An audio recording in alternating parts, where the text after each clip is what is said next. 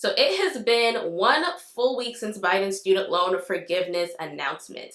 And as you've seen in the last video we posted, this announcement honestly left us with a whole bunch of questions. So there's been new information that's been released over the past few days. So I'm here to update you all on exactly what is going on, all the latest and greatest when it comes to Biden's student loan forgiveness plan.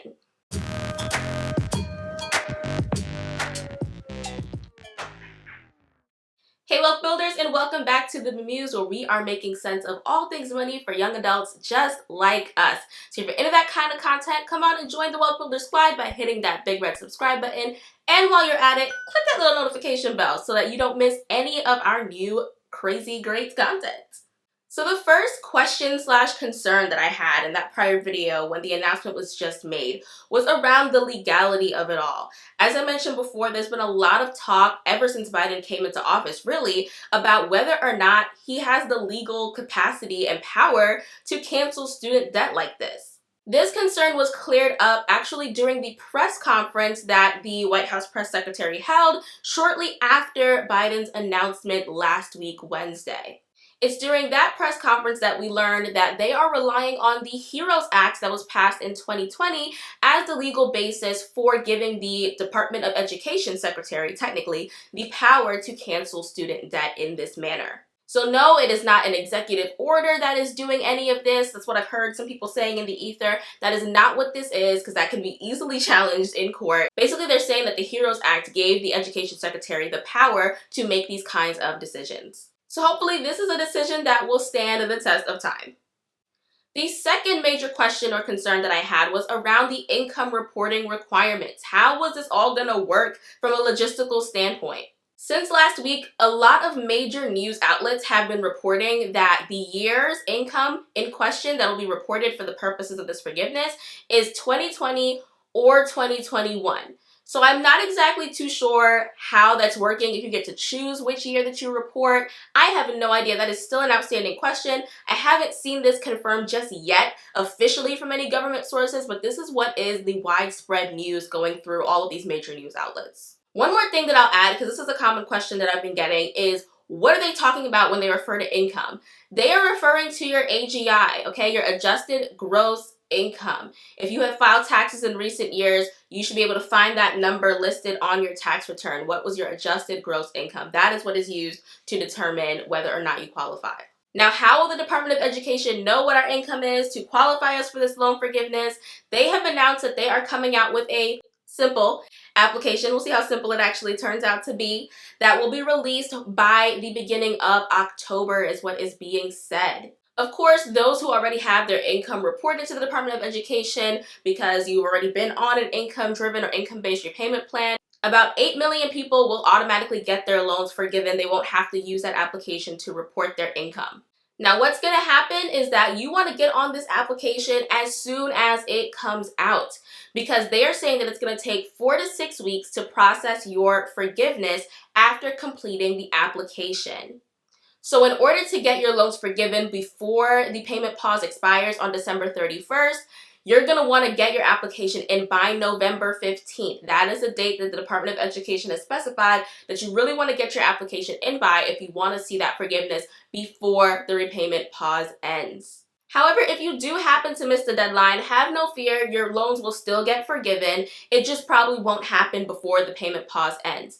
The good news here is that they are saying that basically if it takes longer to get your loans forgiven, they will automatically refund you any payments that you made after December 31st. So you won't need to request anything about that. Whenever they process your loan forgiveness, they will also process a refund for any payments that you have made post December 31st that may have brought you below the $10,000 or $20,000 threshold that you're supposed to get your forgiveness. Now, how will you know when the application is available, when it goes live on studentaid.gov?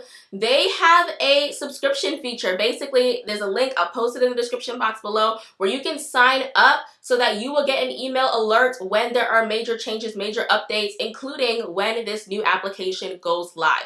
Hopefully we don't all crash the system, but we will definitely be announcing it when it goes live. And if you want to be the first to know, make sure that you sign up for the Department of Education's updates as well. So that takes care of the concerns that I had around the timing and the logistics of this forgiveness. The fourth question that I had was getting clarity on which loans qualify, right? So we now know, as I assumed, that parent borrowers, Parent Plus borrowers will qualify for this student loan cancellation slash forgiveness. Another concern with this was that people who had FFEL loans would not be included in this forgiveness, but one way around that is to consolidate your FFEL loans, make them a loan that is held by the Department of Education, and that is the way that you'll be able to get them forgiven. So if you have FFEL loans, definitely look into consolidation so that you can get that loan canceled. Again, this is not something that we've seen officially confirmed by the Department of Education, but this is something that a lot of news outlets are reporting. So I just want to make sure that's clear. One other point on this is that the loans that are being canceled are only those that were taken out before June 30th, 2022. That is also something we learned during that press conference on August 24th. Only loans that were taken out before June 30th. So that means that if you are starting school this semester, unfortunately, you do not qualify for any student loan cancellation, all right? Anything that was taken out before June 30th, that is the date that they're using as the cutoff. Now, my next concern was about what happens if you made payments during the pandemic, right? My assumption and my hope was that they would still be able to honor the refunds that they're allowing us to get for any payments that borrowers have made during the pandemic in order to get maximized loan cancellation.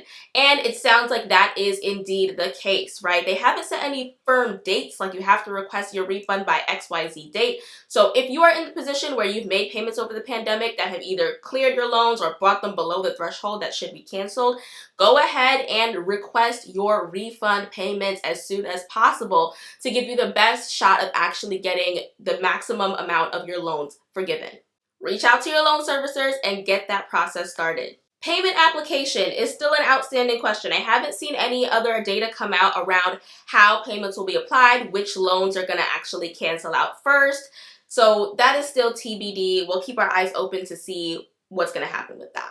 And in terms of how this affects current and future borrowers, they've already said, hey, this is a one-time thing. Don't expect this ever again, really, right? They're trying to basically put measures in place to help lessen the burden on students of the future by making payment plans more affordable. So that is their way of trying to mitigate the student loan debt burden for future students. In a future video, Mishak and I will be sharing the impact that this student loan forgiveness slash cancellation will have on our debt repayment journey. So make sure you stay tuned for that. I know I mentioned that in the last video, but then a whole bunch of updates came out. So I was like, let's get the updates out first, and then we'll talk about how this actually applies to our situation. So again, make sure that you're subscribed to the channel, have that notification bell turned on so that you don't miss when that video comes out. And if you want to learn about how my husband Mishak and I have increased our net worth by $180,000 in a 3-year time period without making 6-figure salaries and how you can do the same, make sure to join our free webinar. The link will be down in the description box below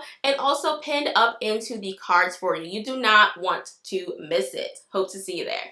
Thanks so much for watching, and we will see you in the next episode.